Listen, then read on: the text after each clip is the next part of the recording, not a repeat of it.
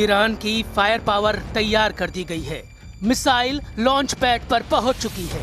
Iran की missile brigade को उन्हें बार बार लॉन्च करने का ऑर्डर किसी भी वक्त दिया जा सकता है। ईरान के टारगेट है खाड़ी में अमेरिका के अड्डे जिन पर ट्रंप को बहुत नाज है, और दूसरा है इजराइल, जहां कम से कम 20 शहर और उसके मिलिट्री बेस ईरान ने तबाह करने का इरादा पक्का कर लिया है।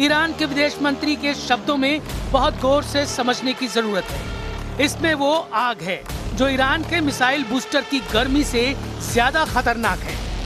अब्बास अरागची ट्रंप को बता रहे हैं कि जो गलती इजराइल ने की थी वो अमेरिका दोहराने की जरूरत न करे।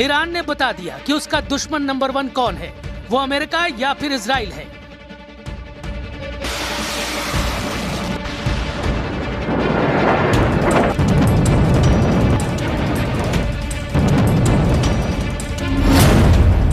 ईरान ने बता दिया कि वो अपने दुश्मन नंबर 1 और दुश्मन नंबर 2 के साथ फिर से युद्ध के लिए पूरी ताकत के साथ तैयार है।